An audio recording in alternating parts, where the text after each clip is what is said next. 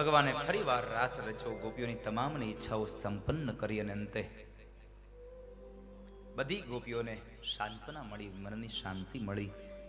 રાસ પંચાધ્યાયની એક કથા, એક જીવ અને એક ઈશ્વર વચ્ચેનો રાસ છે, કોઈ સ્ત્રી અને પુરુષ વચ્ચેનો રાસ નહીં. આ તો મહા અને દિવ્ય રાસની કથા ભગવાન સુખદેવે રાજા પરીક્ષિતને સંભળાવી.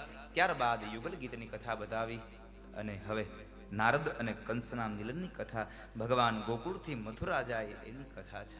કારણ જ્યાં સુધી કૃષ્ણ ગોકુળથી મથુરા નહીં જાય, મથુરામાં જઈ અને જ્યાં સુધી કંસને નહીં મારે, ત્યાં સુધી કૃષ્ણ ક્યારેય નહીં પરણે. કંસ મરે પછી કૃષ્ણ પરણે. કંસ કોણ છે તો કહે અભિમાન, કૃષ્ણ તો કહે પ્રેમ. પ્રેમ કોને વરે છે? રૂકમણીને. રૂકમણી તો એક બુદ્ધિ છે અને બુદ્ધિને ભગવાન વરે છે. પણ ક્યારે? જ્યારે આપણા જીવનમાંથી અહંકાર વયો જાય ત્યારે આ બુદ્ધિને ભગવાન સાથે લગ્ની લાગે છે. બાકી તો જ્યાં સુધી અહંકાર હોય ત્યાં સુધી કોઈ દિવસ ભગવાન ન મળે, ભગવાન ન ભજાય.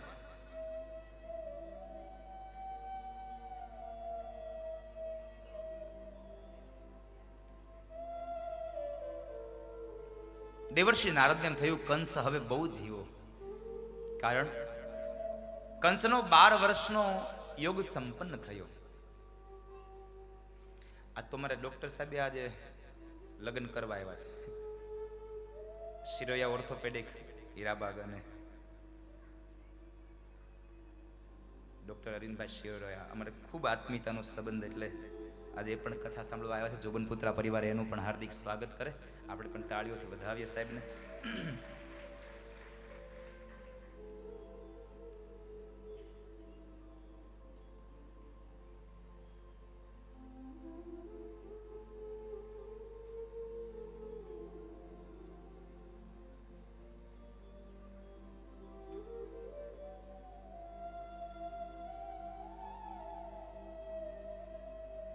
નારદને થયું કંસ બહુ જીવ્યો, 12 વર્ષનો હવે એક યોગ સંપન્ન થયો.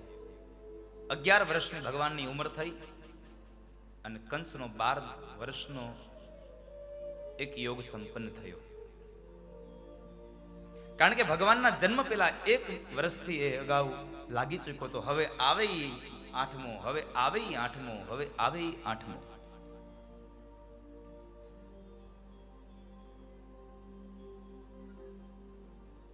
એટલે અત્યંત એમણે ભગવાનમાં મન પુરાવાયું હતું. મન સદૈવને માટે એની ઝંખના કરતું હતું. એટલે હવે ભગવાન એને મળે એમાં જરાય સંશય નથી.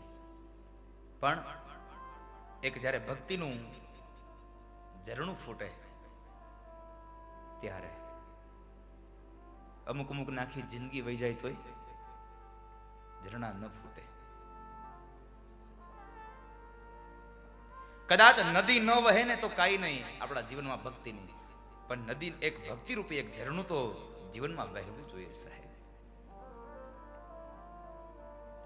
અને એવું નથી કહેતો તમે કૃષ્ણના નામની જ ભક્તિ કરો, તમને જે સારા લાગે એને નામની કરો સાહેબ. આવું જરૂરી નથી કે તમે કૃષ્ણની જ ભક્તિ કરો, તમને જે ગમે, જેમાં પ્રેમ જાગે એમાં કરો. અહીંયા કોઈ બાધા નથી. કારણ વૃક્ષની ડાળીઓ અલગ હોઈ શકે, મૂળ તો થડ તો હંમેશા એક જ હોઈ શકે. માટે તમે નામ ગમે તે પકડો, અંતે જવાનું તમારે જીવને શિવ પાસે જ છે. એટલે અંતે તો જવાનું ભગવાન પાસે છે. એટલે તમે ડાળીઓ ગમે તે પકડો, એની સામે મને કોઈ વાંધો નથી. આપ સૌ ભગવાનના નામની એ ડાળીઓને પકડજો સાહેબ.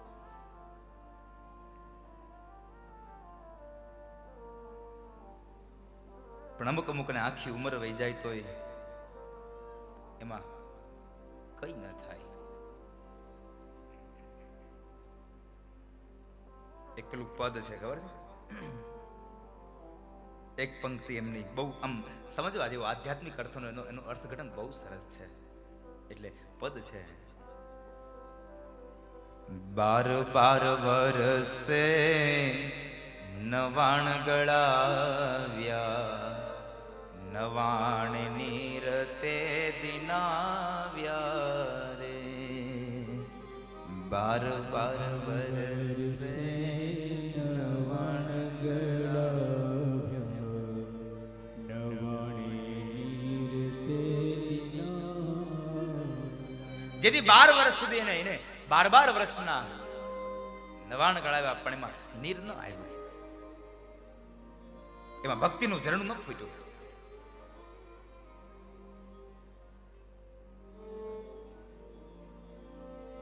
કોઈ જાણતળ જોશીડો તેડાવો ને એના જોશ જોડાવીએ. કોણ આ જોશીડો? કોણ? તો સદગુરુ રૂપી કોઈ જ્યોતિષ આવે ને અને ઈ આપણને જે માર્ગ બતાવે એ માર્ગે ચાલીએ ને એટલે સાહેબ પછી ભક્તિનું ઝરણું ફૂટે. અને જ્યાં ભક્તિ હોય ત્યાં ભગવાન કોઈ દિવસ દૂર ન જઈ શકે. એટલે ભક્તિ ત્યાં ભગવાન હોય માટે કોઈ સદગુરુ રૂપી કોઈ જ્યોતિષ મળી જાય ને તો આપણું ભાગ્ય બદલી નાખે આખું. માટે કોઈ સદગુરુને પકડજો.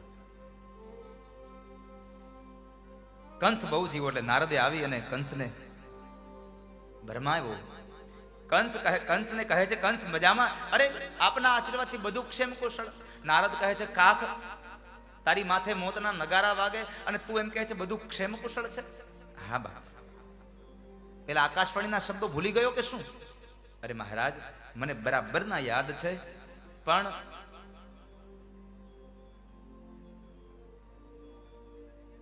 અમને એક શંકા છે કે ગોકુળની અંદર રહેલો જે નંદ અને યશોદાનો છોકરો છે ને એ જ વસુદેવ અને દેવકીનું સંતાન છે, 8મું સંતાન છે.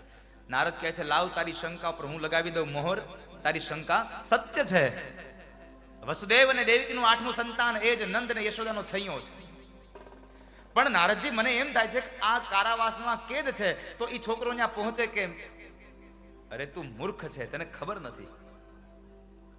સિપાહીઓ પાસે ચાવી હોય છે તારી પાસે, સૈનિકો પાસે, તો તને ખબર નથી. સૈનિકો અનાજ તારું ખાય છે અને કદાચ નહીં ને કદાચ રાત્રે એને દરવાજો ખોલી દીધો હોય તો તને કઈ ખાતરી?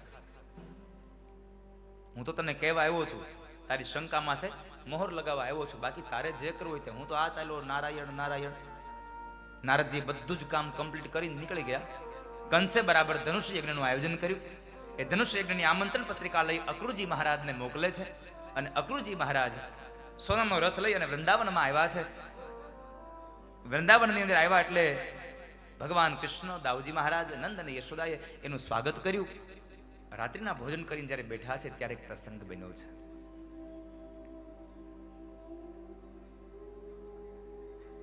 રાત્રિના ભોજન કરી પરવારીને જ્યારે બેઠા ત્યારે એ સમયે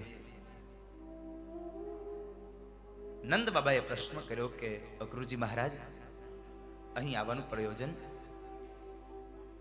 નંદરાય, અહીં આવવાનું પ્રયોજન એક જ છે કે મથુરા નરેશ કંસ ધનુષ યજ્ઞ કરે છે.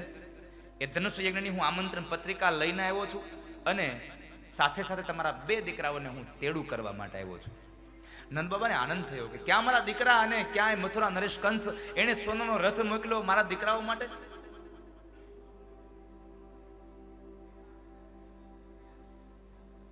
સારું કહેવાય. નંદબાબાને અતિશય આનંદ થયો. નંદબાબા તો જવા માટે તમામ તૈયારીઓ માંડ્યા કરાવવા. માં યશોદાને આ વાત ન ગમી. યશોદા કહે છે, નંદરાય તમારે જાવું હોય તો તમે જાજો. સાથે સાથે તમે બલરામને લઈ જાજો, ગોવાળોને લઈ જાજો. મારો લાલો બાર નહીં આવે, મારો કનૈયો મને છોડી નહીં જાય. અરે યશોદા, શું કહો છો તમે?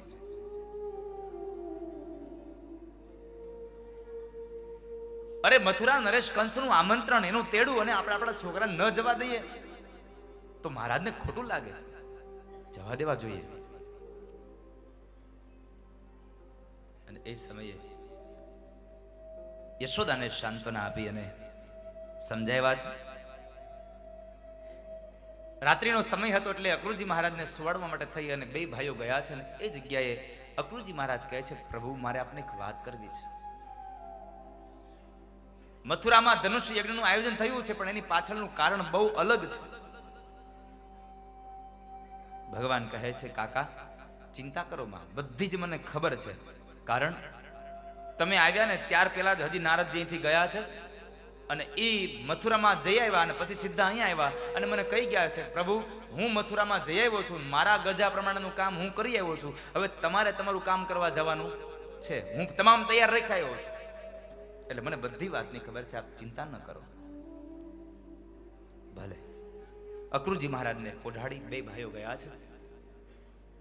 દાઉજી મહારાજ પોતાની પથારીમાં સૂતા છે અને ભગવાન કૃષ્ણ માં યશોદાની સાથે સૂતા છે.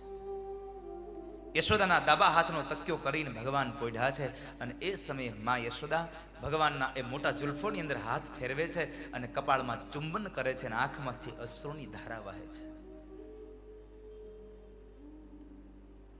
આંખમાંથી અશ્રુ નીકળે છે.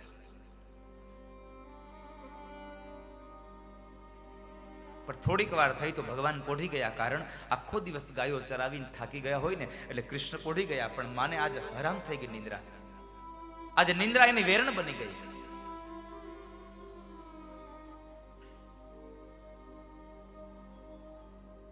માણસને બે અવસ્થામાં નિંદ્રા ન આવે. એક જ્યારે બહુ ખુશીના સમાચાર હોય ત્યારે એક નિંદ્રા ન આવે, અને એક જ્યારે કોઈ દુઃખ આવ્યું હોય ત્યારે માણસને નિંદ્રા ન આવે. આવતીકાલ સવારે તમારાથી કોઈ સારું કામ થવાનું હોય ને એના વિચારમાં માણસને નિંદ્રા ન આવે. મને આનંદ મળે. બીજી વાત, જ્યારે આજ તમારાથી કોઈ એવું કામ થઈ ગયું હોય તો એના વિચારમાં માણસને નિંદ્રા ન આવે.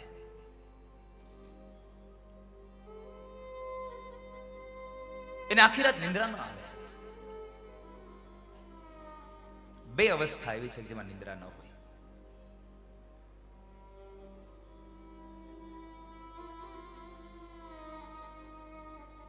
એ અવસ્થાઓની અંદર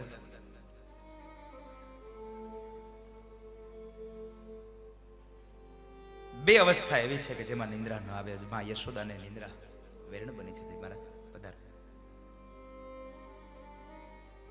બે અવસ્થામાં નિંદ્રા ન આવી શકે. એટલે માં યશોદાને આજ વેરણ બનેલી એ નિંદ્રા આંખમાંથી અશ્રુની ધારા આપે છે.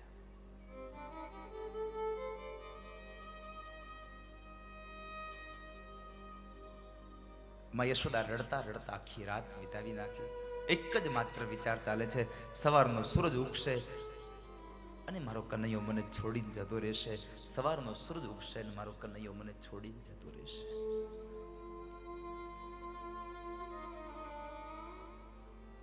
ખૂબ ચિંતા છે. સવારનો પરોઢ થયો. માં વહેલા ઉઠી નિત્ય કર્મ કરી પરવારી બેઠા છે. અને એ સમયે દાઉજી મહારાજ તૈયાર થયા. ભગવાન કૃષ્ણ હજી સૂતા છે. રોજના માટે માં યશોદા વહેલી સવારમાં એને જગાડે કે લાલા ઉભો થા, ગાયો ચરાવવા જવાનું છે. આજ માં યશોદાએ એને નથી જગાડ્યો. કારણ એક અંદરથી બીક છે, ડર છે કે હું જગાડીશ તો મારો કનૈયો મને છોડીને જતો રહેશે.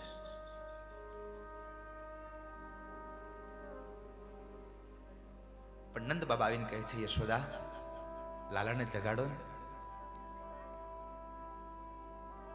અને એ સમયે યશોદા જ્યાં ઓરડામાં જાય છે તો પલંગની મધ્યમાં ભગવાન કાળી કામળી ઓઢી મસ્તકથી લઈ અને પગ સુધી દબાવી અને કૃષ્ણ સુતા છે. માનું હૈયું ભારે બની ગયું છે. કેમ જગાડવાને? છતાં પણ ભારે હૈયે માએ કામળીનો છેડો ખેંચીને કહે છે, લલા ઉભો થા બાપ, જવાનું મોડું થશે. માનો અવાજ સાંભળ્યો. કૃષ્ણ ઉભા થયા. માને જુએ છે તો માને વંદન કર્યા અને માએ બે હાથથી ભગવાનનું મસ્તક પકડી અને ભગવાનના કપાળમાં માએ ચુંબન કર્યું છે. યશોદાની આંખના ખૂણાઓ ભીના થયા છે.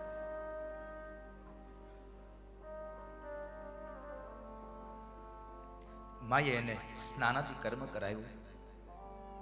સ્નાન કરાવીને કૃષ્ણ ને શૃંગાર કરે છે. અને એ શૃંગાર કરતા વેળાએ માએ શૃંગાર રચી દીધો. એટલે ભગવાન કૃષ્ણ બોલ્યા છે, માં મારો શૃંગાર થઈ ગયો? હા લલ્લા. માં રડતી આંખે શૃંગાર કરે કનૈયાને. માએ હા પાડી તારો શૃંગાર થઈ ગયો. એટલે કૃષ્ણ બોલ્યા છે, માં તો મારી ગુંજાની માલા ક્યાં છે? હજી ભગવાને ગુંજાની માલા માગી છે. માએ ગુંજાની માલા ભગવાનના કંઠમાં ધારણ કરાવી. મહાપુરુષ એમ કહે છે, ઠાકોરજીને તમે ગમે તેટલા શૃંગાર કરો પણ જ્યાં સુધી ગુંજા માલા અર્પણ ન કરો ત્યાં સુધી ઠાકોરજીનો શૃંગાર અધૂરો છે. માટે ભગવાનને માલાજીને અર્પણ કરવા ગુંજા માલા અર્પણ કરવી. ત્યારબાદ માએ એને શિરામણ કરાવે છે. માં પોતે હાથની અંદર કાસાની તાંતલી લઈ અને એક હાથથી એક કવન લઈ અને ભગવાનને જમાડે છે ને મોઢામાંથી બોલતી જાય, લે લાલા, આ છેલ્લી વાર તારી મા તને જમાડી લે, પછી ખબર નહીં તારી મા તને ક્યારે જમાડી શકશે.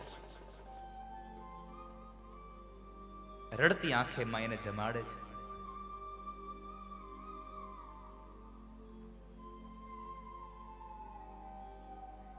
નંદ બાબા કહે છે, યશોદા થોડી ઉતાવળ કરો ને, જવાનું મોડું થશે. અને ભગવાન કૃષ્ણને લઈ અને આવે છે આંગણામાં. રથ તૈયાર થયો, રથની અંદર દાઉજી મહારાજ બેઠા છે, વેલડાઓ તૈયાર થયા છે, ગાડાઓ તૈયાર થયા. એ ગાડાઓની અંદર ગોવાળોએ દહીં, દૂધ, ઘી, માખણના માટલાઓ ભરી ભરી અને તૈયાર થયા છે. તમામ લોકોને ખબર પડી ગઈ કૃષ્ણ આજ જાય છે. બધા લોકો નંદ બાબાના આંગણામાં આવ્યા છે. આખું ગોકુળ, આખું વ્રજ, વૃંદાવનના તમામ વ્યક્તિઓ, ચાહે નાનો બાળક હોય તો ભલે, ચાહે મોટો વૃદ્ધ હોય તો ભલે, આજે નંદ બાબાના આંગણામાં આવીને સૌ લોકો બસ ભીની આંખ કરીને બેઠા છે. ભીની આંખે બેઠા છે તમામ લોકો. માં યશોદા કૃષ્ણને લઈ અને ઓરડામાંથી બહાર આવે છે. રથ તૈયાર થયો એટલે ભગવાને તરત માને વંદન કર્યા. એટલે માએ કૃષ્ણને બાથ ભીડી અને કૃષ્ણ રડે અને માં રડે છે. ભગવાન કહે છે, માં આમ અધીરા ન બનો.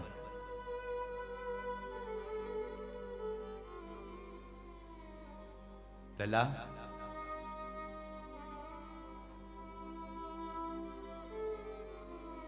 માર્ગમાં નંદરાયને હેરાન ન કરતો હો.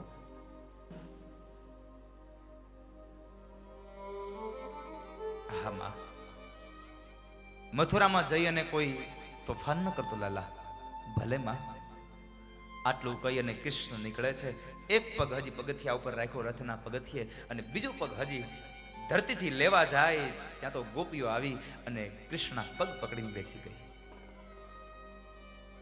કનૈયા, જાવું હોય તો ભલે જા, કાં તો અમને સાથે લેતો જા, અને કાં તો તારી ગોપીઓના શરીર ઉપરથી આ રથના પૈડાઓને ચલાવી દે અને પછી તું ચાલ્યો જા. કારણ તારી આ ગોપીઓ હવે તારા વગર ન જીવી શકે.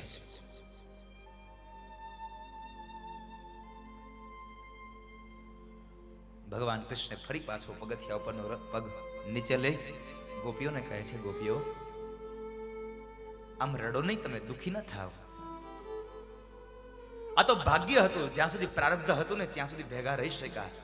અને આમ પણ આ દુનિયાનો નિયમ છે સાહેબ, પ્રારબ્ધમાં હોય ને ત્યાં સુધી ભેગું રહેવાનું, પછી જુદું પડી જવાનું. ભાગ્યનું દિવેલ હોય ત્યાં સુધી એ દીવો જલતો રહે. જ્યાં સુધી ભાગ્યનું દિવેલ હોય ત્યાં સુધી જ્યોત જલે. ભાગ્યનું દિવેલ સંપન્ન થઈ જાય એટલે સૌ સોય કોઈના માર્ગે વયું જવાનું. આજે પ્રારબ્ધનું દિવેલ સંપન્ન થયું. ગોપીઓ આમ અધીરા ન બનો. કૃષ્ણએ ગોપીઓને સાંત્વના આપી, પણ કૃષ્ણનું મન હવે વ્યતીત બન્યું છે, વ્યાકુળ બન્યું છે. કૃષ્ણની નજર આમ ચારે કોર ફરે છે, જાણે કોઈકને શોધી રહ્યો છે. કોઈને પૂછ્યું નથી કૃષ્ણએ કે હું કોઈકને ગોતું છું, પણ એક ગોપીની આંખ ઓળખી ગઈ. કૃષ્ણની આંખો કોઈકને શોધે છે. એટલે ગોપી પ્રશ્ન કહે છે કે એ કનૈયા, કોને શોધે છે? રાધાને. અત્યારે કૃષ્ણ નીચે મોં કરીને ઉભા રહ્યા ને રાધા એ ગોપી સમજી ગઈ. એટલે કહે છે કે સાંભળ કનૈયા, તું જેને શોધે છે ને તારી રાધા જો સામે ઊભી છે. તારી રાધા સામે ઊભી છે. અને એ સમયે રાધિકાજી એક વૃક્ષની પાછળ ચુંદડીનો છેડો મોઢામાં રાખી અને જમણા પગના અંગૂઠાથી આ ધરતીને કોતરે છે. મહાપુરુષ કહે છે કદાચ રાધાજી આ ધરતીને કહેતા હશે કે કૃષ્ણના વિયોગમાં જીવન કેમ જીવાશે, આ પ્રેમ વગરનું જીવન કેમ જીવાશે, કનૈયા વગરનું જીવન કેમ વિતાવીશું. આના કરતા તો જો ધરતી મને કદાચ માર્ગ આપી દે ને તો ધરતીમાં સમાઈ જવા માટે હું તૈયાર છું, પણ કૃષ્ણ વગર રહેવા માટે હું તૈયાર નથી આ દુનિયામાં. શું કરું કૃષ્ણ વગર?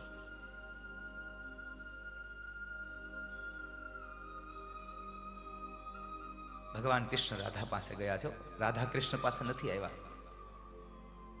અને એક વાત આ દુનિયામાં બહુ સત્ય છે સાહેબ, તમારો નિસ્વાર્થ ભાવનો પ્રેમ અને લાગણી હોય ને તો તમારે કોઈની પાસે જવાની જરૂર નથી. આખી દુનિયા તમારી પાસે આવવા માટે તૈયાર થશે, પણ તમારામાં જે નિસ્વાર્થ ભાવ હશે, કોઈ પણ જાતનો કોઈ સ્વાર્થ નહીં હોય, ત્યારે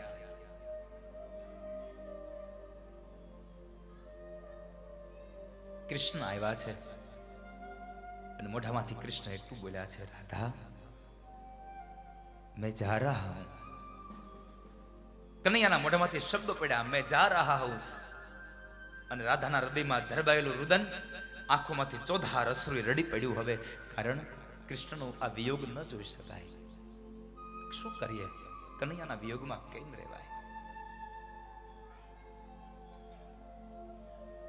ખંભેથી કામળી ઉતારી, ઘડી પાડી, કેડમાંથી બંસરી કાઢી અને કામળી ઉપર રાખી, કામળી અને બંસરી બે ભગવાને રાધાને આપીને કે છે, લે રાધા, તારો શ્યામ હવે વાંસળી નહીં વગાડે, કારણ વાંસળી વગાડવાનો સમય સંપન્ન થયો.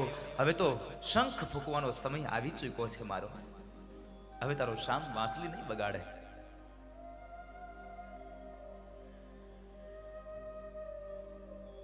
રાધા પાસેથી વિદાય લઈને કૃષ્ણ નીકળે છે ને એ સમયે કૃષ્ણ આમ નજર કરતા આવે ને તો આમ ગોકુળની બધી ગાયો રડે છે. એક એક ગાયની આંખમાં અશ્રુની ધારા વહે છે. વિચાર તો કરો કે બે પગ વાળો માણસ કદાચ કનૈયાના પ્રેમમાં હારે રમ્યો, હારે મોટો થયો તો રડે, એની નવાઈ નથી.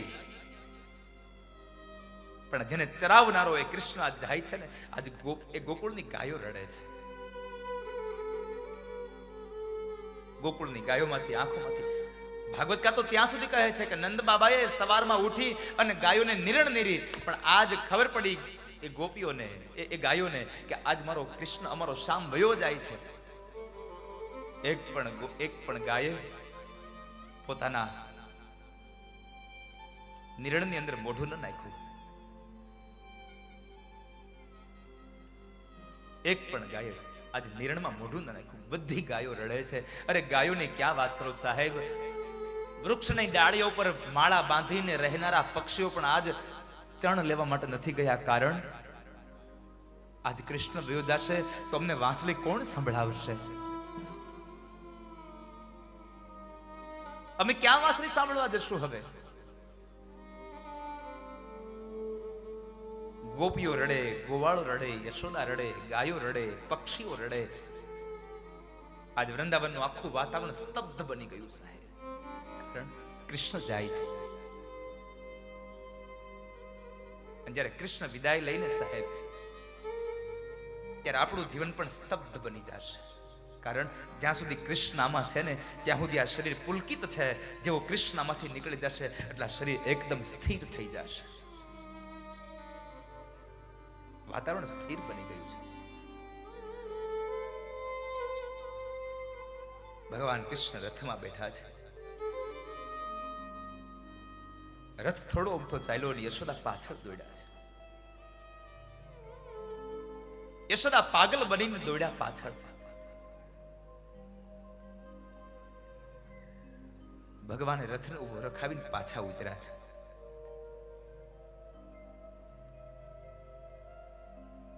માના બે હાથ પકડીને કહે છે, માં આમ અધીરા ન બનો. અત્યાર સુધી કૃષ્ણ નથી રડ્યા હો, આખું ગોકુળ રડે છે, પણ કૃષ્ણ નથી રડ્યા અત્યાર સુધી. પણ હવે સત્ય જોજો કાકા, આ દુનિયાનો પ્રેમ માણસને રડાવી જાય છે. કૃષ્ણ આવીને માના બે હાથ પકડીને કહે છે, માં શું કરો છો તમે? આમ અધીરા ન બનો, દુખી ન થાવ. ત્યારે માં યશોદા કહે છે, લાલા મારે એક વાત કરવી છે બેટા તને. અરે માં શું કેવું છે કહો ને. કનૈયા, યાદ છે તું નાનો હતો ત્યારે બહુ તોફાન કરતો હતો અને એક વખતના સમયે મેં તને ખાંડણીયા સાથે બાંધી દીધો હતો? હા માં, મને યાદ છે, તે મને ખાંડણીએ બાંધ્યો હતો. બસ લાલા, મારે એ જ તને કેવું છે મારા બાપ.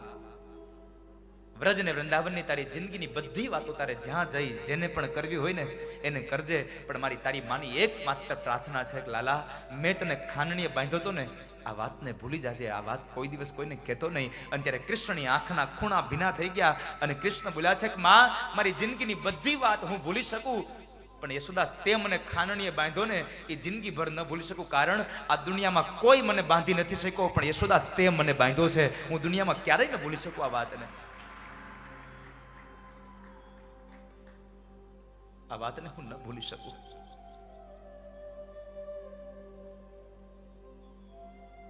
કૃષ્ણ ચાલતા ચાલતા પણ એટલું કહેતા ગયા, માં દુખી ન થાવ, બહુ જલ્દી મળીશું. જોજો આ કૃષ્ણ હો, બહુ જલ્દી મળીશું. એને એમ નથી કીધું ક્યાં મળીશું, ક્યારે મળીશું, આનો કોઈ સંકેત ન કર્યો, સમય ન આપ્યો ક્યારે મળીશું, પણ એટલું ચોક્કસ કીધું માને, માં જિંદગીમાં એકવાર હજી મળીશ ખરો તને. માને વચન આપ્યું છે, માં એકવાર ફરી મળીશ તને.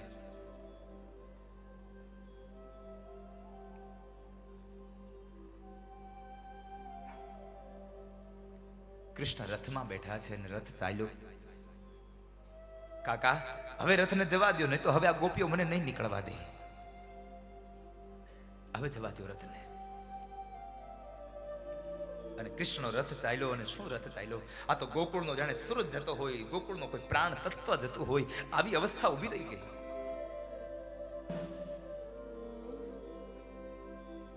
ગોકુળ છોડી હાલ્યા મથુરા, નંદ યશોદાના લાલ. ગોકુળ છોડી હાલ્યા મથુરા, નંદ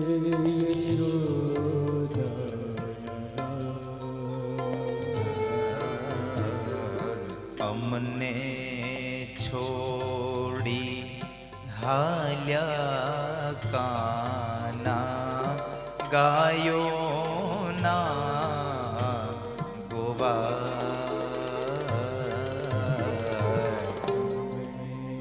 છોડી હાલ્યા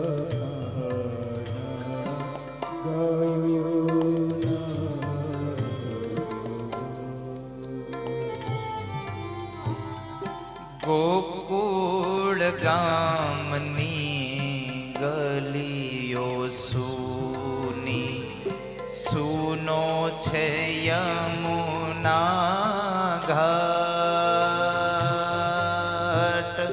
સૂનો છે યમુના ઘાટ. ગોકુળ ગામની સૂનો છે યમુના, સૂનો છે યમુના. તારા વિના, તારા વિના શ્યામ આમને ગમે ન ગોકુળ ગામ. ગોકુળ છોડી, ગોકુળ છોડી હાલ્યા મથુરા, નંદ યશોદાના લાલ. ગોકુળ છોડી હાલ્યા મથુરા, નંદ યશોદાના.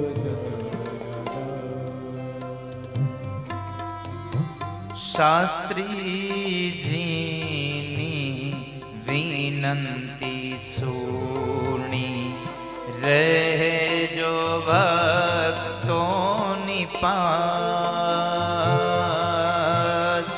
રહેજો ભક્તોની પાસ. શાસ્ત્રી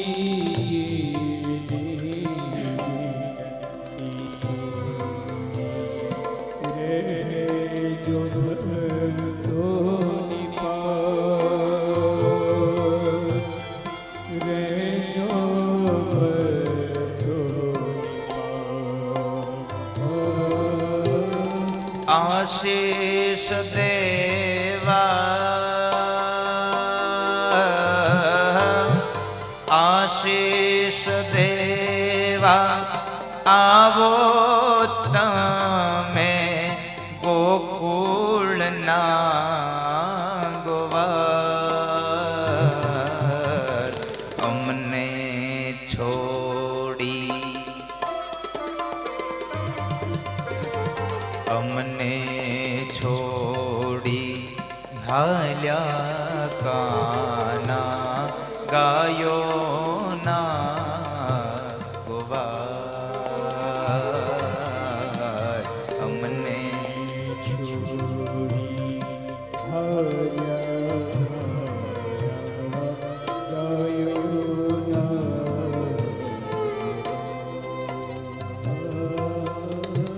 ભક્તો વિનવે કાના દેજો ચરણો માં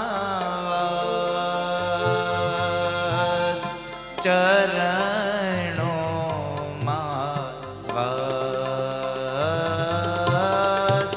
ભક્તો વિનવે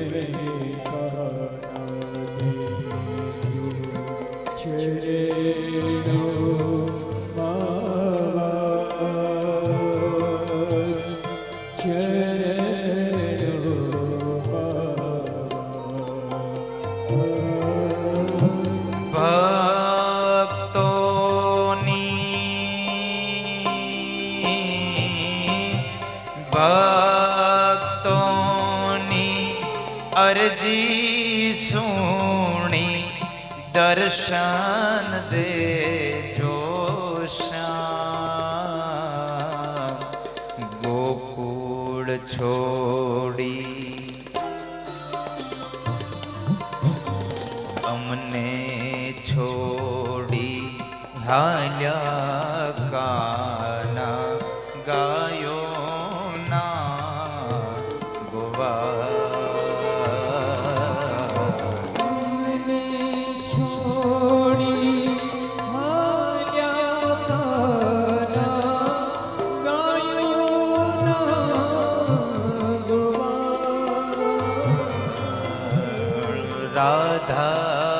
રાધાજીના શ્યામ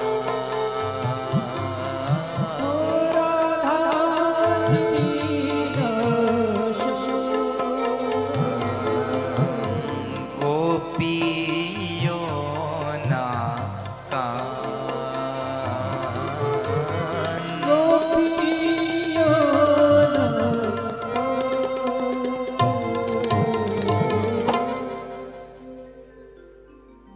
શું કૃષ્ણ ગયા સાહેબ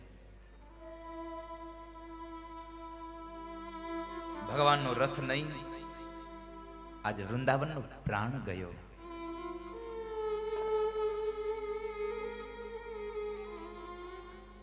અને જ્યારે કૃષ્ણ ગયા રથ દેખાતો બંધ થયો તમામ વ્યક્તિઓ ફરી પાછા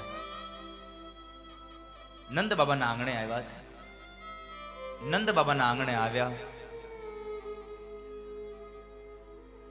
ભાગવતકાર એમ કહે છે કે એ દિવસના કોઈ પણ વ્યક્તિ પોતાના ઘરે ન ગયા પણ નંદ બાબાના આંગણામાં સૌ રોકાઈ ગયા અને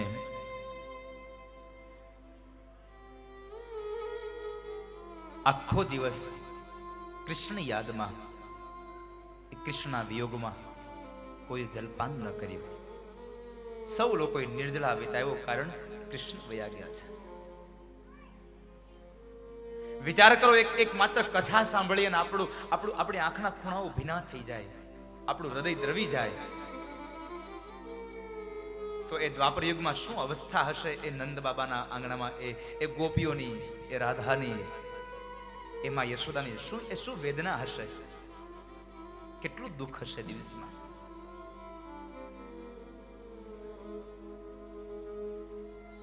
સાંજનો સમય થયો અંધારું થયું ને એટલે એક ગોપી માં યશોદાની બાજુમાં બેઠી છે ઊભી થઈ માં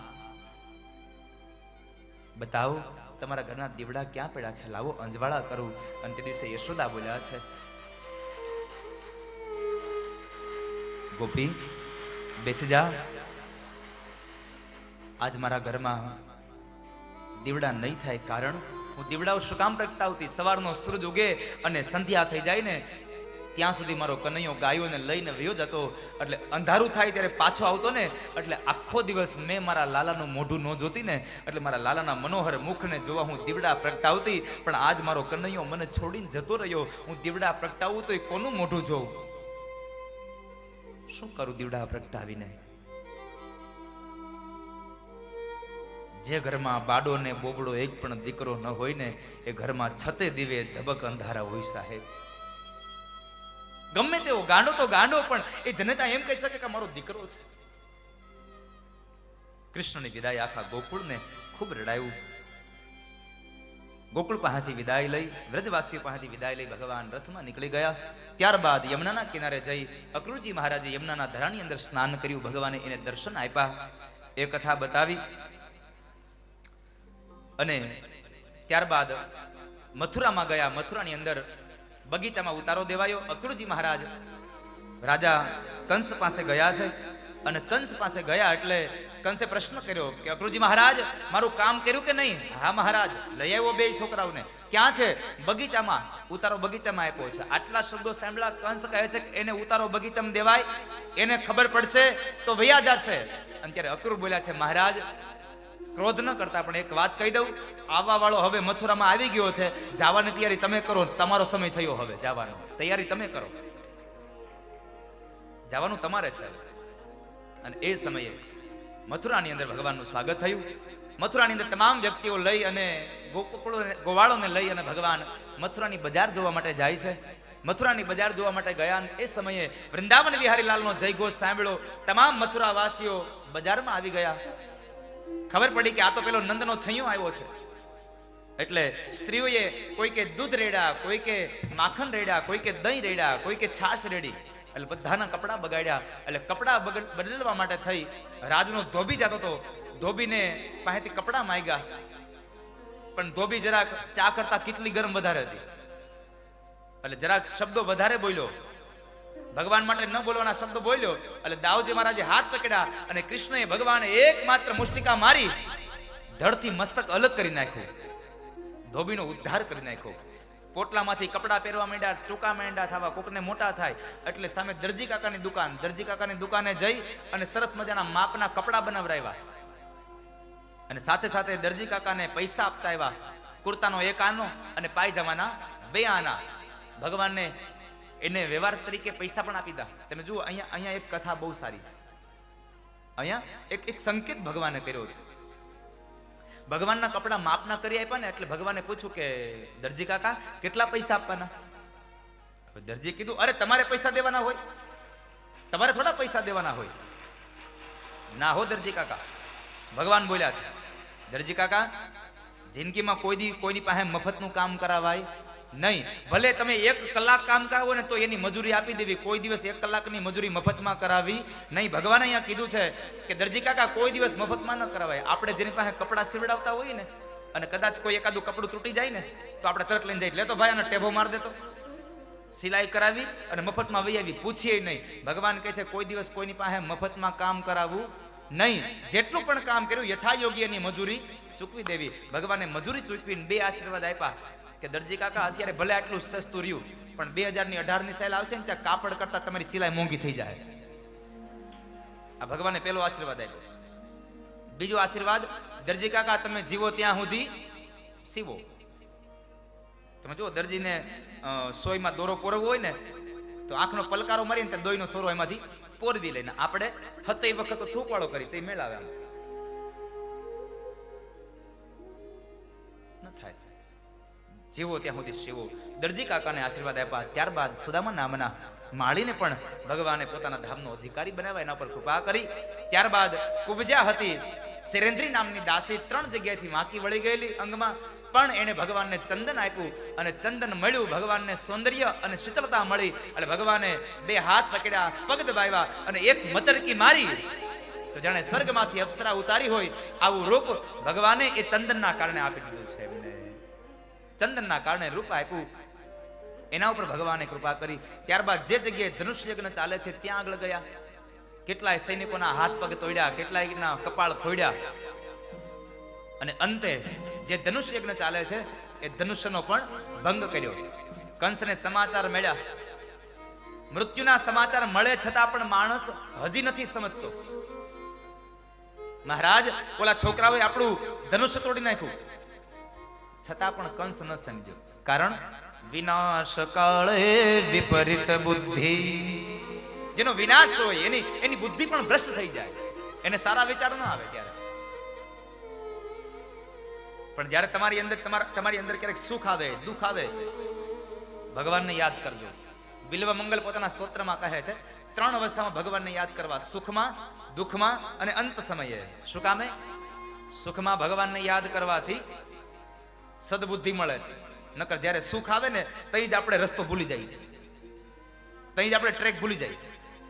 ડામર આવે ને તઈ જ આપણી ગાડી નીચે ઉતરી ગઈ હોય, કારણ કે સ્પીડ વધારે પકડી લે.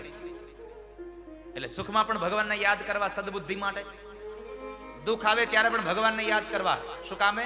દુઃખમાં યાદ કરવાથી ધૈર્ય મળે છે, ધીરજ મળે છે, એટલે ખરાબ વિચારો ન આવે.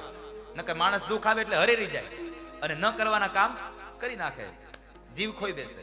એટલે દુઃખમાં પણ ભગવાનને યાદ કરો, અને છેલ્લે અંત સમય હોય ત્યારે પણ ભગવાનને યાદ કરો, જેથી કરી અને અંત સમયમાં ભગવાનને યાદ કરવાથી ભગવાન તમને મુક્તિ આપી દે. એટલે બિલ્વ મંગલ કહે સુખાવસાને યદમેવ સારમ,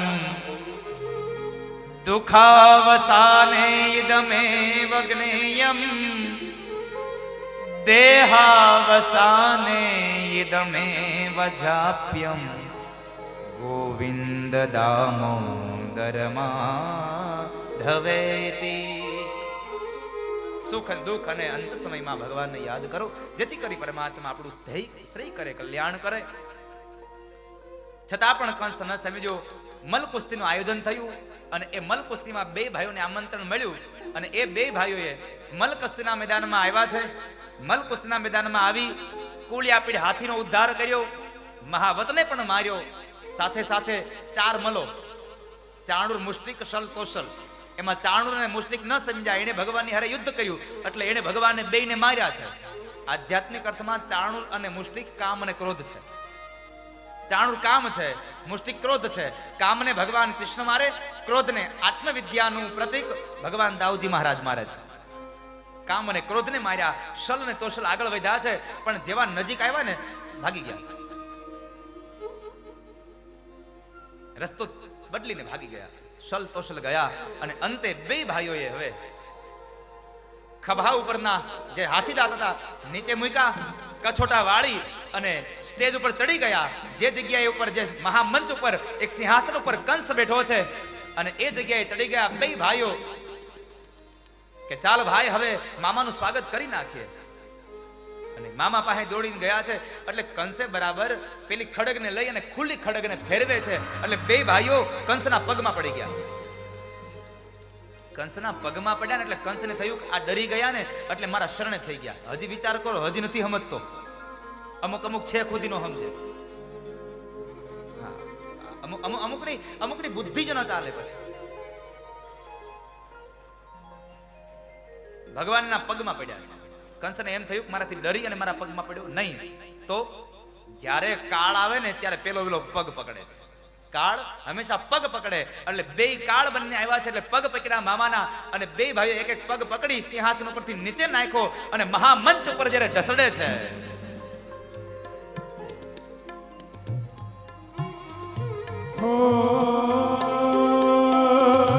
रणसिंगा वागे सुसा जागे कायर भागे काम पड़े,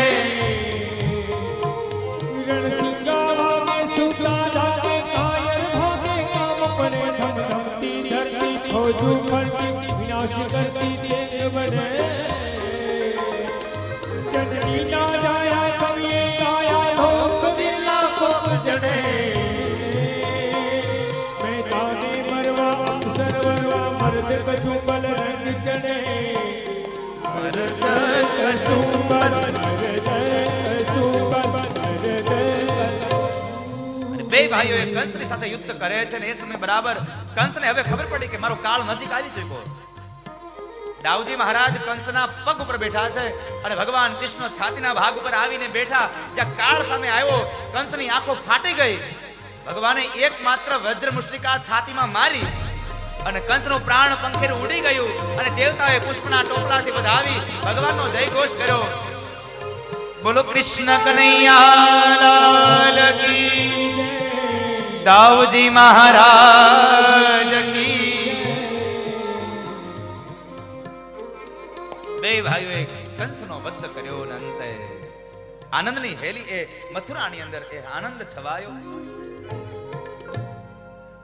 કંસ વધ કર્યો ત્યારબાદ ભગવાન માં દેવકી અને વસુદેવને છોડાવવા માટે જાય છે. કારણ કે હવે મારે કથા એટલા માટે હું રાજધાનીમાં બેઠો છું કે અહીંયા જાન આવી ગઈ છે, પરણવા વાળો ઉતાળો થઈ ગયો. અને આજે અમારે સૌજીભાઈ ધોળકિયાના મોટા ભાઈ હિંમતભાઈ પણ આજે કથામાં પધાર્યા છે. એમાં શું છે, આ બધું આમાં થોડું થોડું લેવા આવવું પડે આપણે, કારણ કે હાથ દી તો પછી સાંભળવાની જ છે. હવે 17/7 થી અમારે હરિદ્વારમાં કથા ચાલુ થાય છે ધોળકિયા પરિવારની. હરે કૃષ્ણ ડાયમંડ અમારે નરેશભાઈ પણ આવ્યા છે, જેઓ સૌજી કાકાનું બધું કામ સંભાળે છે, એટલે એમને પણ એકવાર જોરદાર તાળીઓથી વધાવીએ. અમારે કુકડિયા સાહેબ પણ આવ્યા છે, એને પણ તાળીઓથી વધાવીએ. ઓહ, અમારા તો વાલજી દાદા દ્વારકાના બધા યજમાનો આવ્યા છે. આજે દ્વારકાની કથા ગઈ ને એના યજમાનો બધા આવ્યા છે, અમારા ઘનશ્યામભાઈ ને વાલજી દાદા બધા આવ્યા છે, એટલે એમને પણ એકવાર ભાવથી તાળીઓથી વધાવીએ. ગોવિંદભાઈ ને બધા પધારો.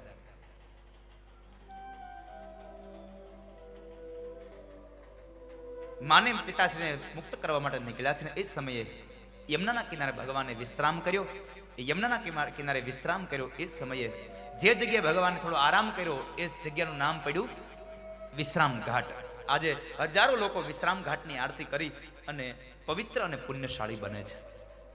ત્યારબાદ વસુદેવ અને દેવકીને મુક્ત કરાવ્યા, ઉગ્રસેન મહારાજને મુક્ત કરાવ્યા અને ઉગ્રસેન મહારાજને રાજગાદી સોંપી દઈ. થોડો સમય વ્યતીત થયો, નંદ બાબાને ગોકુળમાં મોકલ્યા છે. ગોકુળવાસીઓને ખબર પડી કે કૃષ્ણ પાછા નથી આવ્યા. યશોદા ખૂબ દુઃખી થઈને રડ્યા છે. વળી સમય વ્યતીત થયો, બે ભાઈઓને સાંદીપની ઋષિના આશ્રમમાં વિદ્યા અભ્યાસ માટે બેસાડ્યા. 64 દિવસ ભગવાનના સાંદીપની ઋષિના આશ્રમમાં રહી અને બધી વિદ્યાને મેળવી લીધી. ફરી પાછો સમય વ્યતીત થયો, એમાં બરાબર ભગવાન કૃષ્ણના જે જન્મનું નક્ષત્ર છે એ નક્ષત્રના જન્મની ઉજવણી બરાબર મથુરામાં થઈ રહી. તમામ લોકો આનંદના એ ઉત્સવમાં છે, પણ જેના જન્મનું નક્ષત્ર ઉજવાઈ રહ્યું છે એ કૃષ્ણ નથી. એમાં ભગવાનના અંતરંગ સખા ઉદ્ધવજી મહારાજ ભગવાનને શોધે છે. ભગવાન મળતા નથી, પણ જ્યાં બરાબર મહેલમાં શોધે ને તો એક ઝરૂખામાં ઉભા રહી ગોકુળ તરફ નજર કરી અને કૃષ્ણ રડ્યા છે. આંખમાંથી દળ દળ અશ્રુની ધારા વહે છે, કારણ માં યશોદાની યાદ આવે છે. અને ભાગવતકાર કહે છે, જ્યારે જ્યારે કૃષ્ણને ગોકુળ, વ્રજ, ગોપીઓ, ગાયો, રાધા, યશોદાની યાદ આવીને ત્યારે ત્યારે કૃષ્ણ બહુ રડ્યા છે.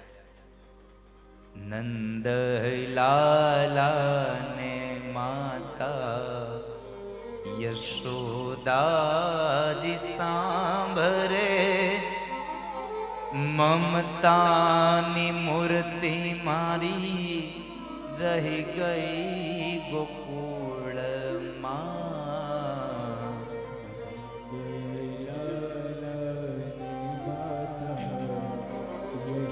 યશોદાજી સાંભળે, મમતાની મૂર્તિ મારી રહી ગઈ ગોકુળમાં.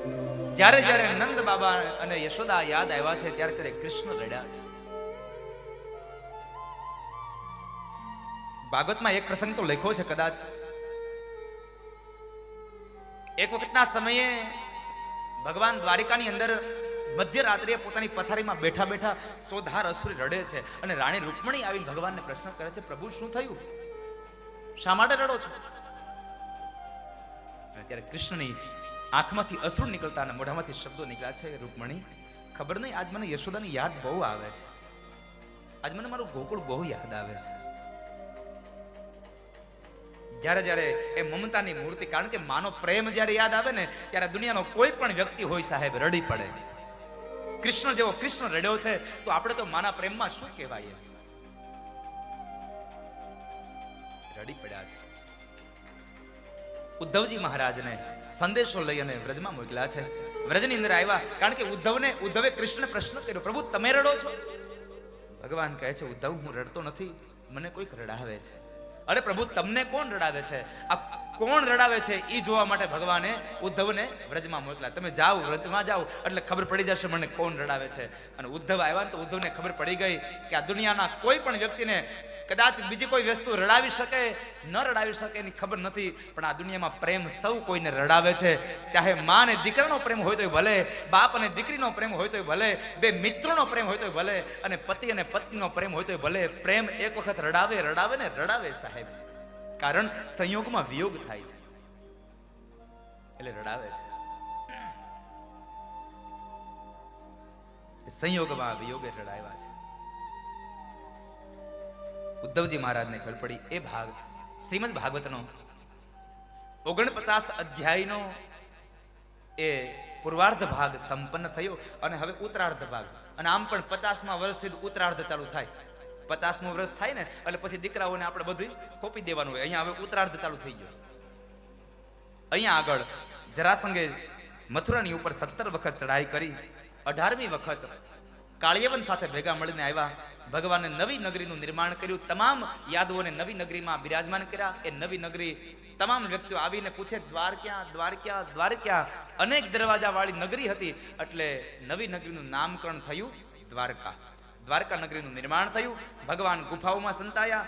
કાળિયવન એની પાછળ ગયો અને જરાસંઘે ડુંગરાને સળગાવ્યો. પણ એ ગુફાની અંદર મુચુકુંદ નામના રાજા સૂતા હતા.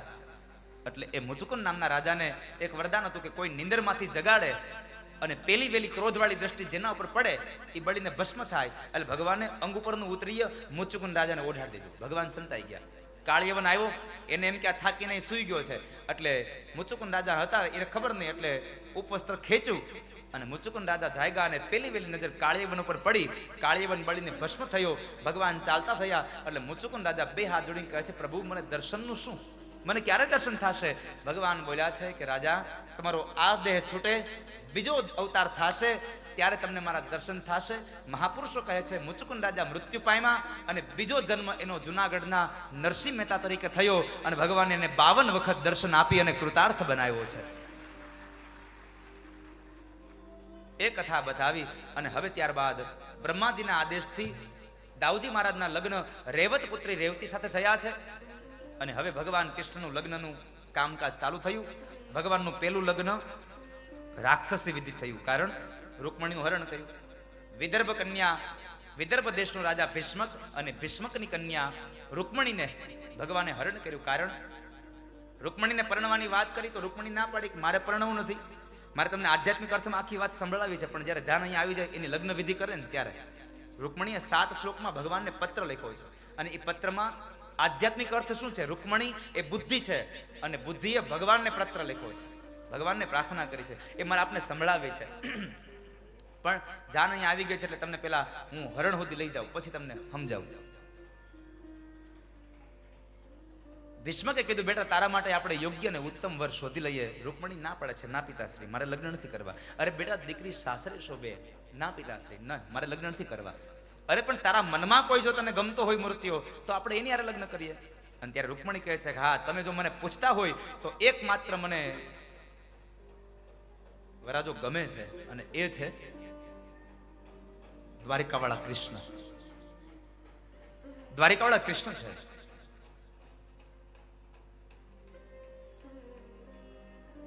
ભીષ્મક તો તૈયાર થઈ ગયા, પણ રૂકમણીનો ભાઈ રૂકમી હતો, એમણે ના પાડી. અને એમણે એના લગ્ન કરવાની ના પાડી. એના લગ્ન એના ભાઈબંધ, એના મિત્ર શિશુપાલ સાથે લકી નાખ્યા. શિશુપાલ હારે નક્કી કરી નાખ્યા. ઘડિયા લગ્ન લેવાઈ ગયા. અને એ સમયે ઘડિયા લગ્ન લેવાના, પણ રૂકમણીની ઈચ્છા હતી નહીં, કારણ કે રૂકમણીએ નક્કી કર્યું હતું કે આ ભાવમાં જો કોઈને પરણું તો માત્ર ને માત્ર દ્વારિકાવાળા કૃષ્ણને, અને જો કૃષ્ણ સાથે ન પરણું તો હું બીજાના હાથમાં મારો હાથ ના આપું. કદાચ મરી જવું પડે તો કુરબાન છે, પણ આ ભાવમાં બીજા કોઈની હારે હું મારો હાથ નહીં આપું. એટલે રૂકમણીએ 7 શ્લોકમાં પત્ર લખ્યો છે. અને ભગવાન પત્રને સાંભળી અને દ્વારિકાથી નીકળી અને કુંડિનપુર આવ્યા. અને કુંડિનપુરમાં આવી અને ભીષ્મ કન્યા રૂકમણીનું હરણ કરી જાય અને પછી ભગવાનના ધામધૂમથી લગ્ન થાય છે. આવો આપણે પણ ધામધૂમથી લગ્ન કરીએ અને આરતીબેનને કહીએ કે પધારો બેન અહીંયા, અને સરસ મજાના લગ્ન ગીતોનું એવી અહીંયા આમ વહેતી ધારા કરો કે આ લોકોને થાય કે આજ ખરેખર આપણે આપણા દીકરાના લગ્નમાં જ બેઠા છે. બરાબર છે. આવો ભગવાન ઠાકોરના લગ્નની જાન આવી ગઈ છે એટલે થોડાક વધામણા કરી લઈ. એ લોકો અહીંયા આવી જાય અને ભૂદેવો જ્યારે એને પરણાવે ને ત્યારે ભાવથી આપણે આ 7 શ્લોકોમાંના 2-3 શ્લોકોનો મર્મ મને બહુ ગમે છે, એટલા માટે મારે આપણે એ સંભળાવવો છે. તો એ શ્લોકોનું વર્ણન પછી કરીશું, પણ આવો સરસ મજાના એ લગ્ન ગીતોને ગાઈએ. આજે અમારે લગ્ન કરવા માટે જય મહારાજ પણ પધાર્યા છે. ખૂબ આનંદનો ઉત્સવ આજે બન્યો છે. આજે એક ભૂદેવ પણ અમારી કથા સાંભળે છે, એક વક્તા છે, પોતે ભાગવતના કથાકાર. એટલે આજ તો હું ધન્ય બન્યો કે મારી કથા સાંભળવા માટે કોઈ વક્તા આવીને બેઠા હોય, એટલે એને પણ આપણે તાળીઓના નાદથી વધાવીએ.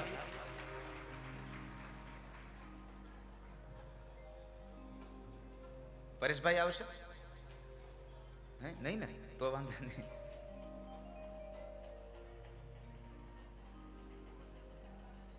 આવો સરસ મજાના લગ્ન ગીતોની સાથે હવે બ્રાહ્મણોને કહીએ તમે એના હામિયા કરાવો. થઈ ગયા તો હવે એને અંદર લઈ આવો.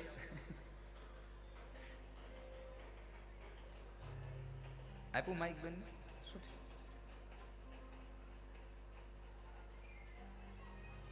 હતા તો આવો આપણે પણ ઠાકોરજીના વિવાહમાં સૌપ્રથમ ગણપતિને યાદ કરીએ.